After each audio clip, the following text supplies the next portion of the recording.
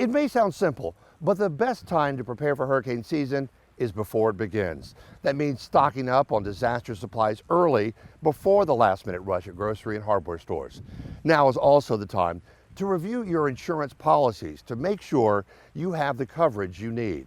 Just as important, create a plan for your family. Know where you'll go if your home is damaged, and make sure everyone has important phone numbers in case you are separated.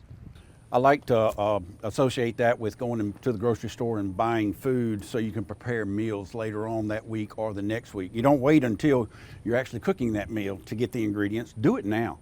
Go ahead and have the things ready, have everything in order, so when that storm does come, you're able to enact that plan very quickly. One of the best things you can do is have a list. That way you don't forget anything. All your important paperwork, driver's license, social security cards, birth certificates, insurance paperwork. Medications is another big one. If you have pets, you have to prepare them just like you would a family member.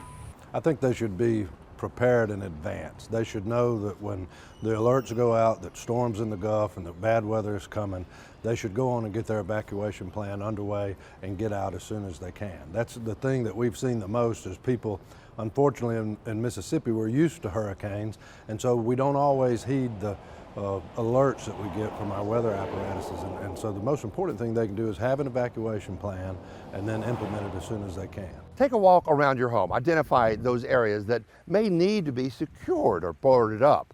And don't forget, build a disaster kit with enough food and water to last each person at least 3 days. For more tips and a complete preparedness checklist, all you gotta do is visit the MEMA website or download the MEMA mobile app.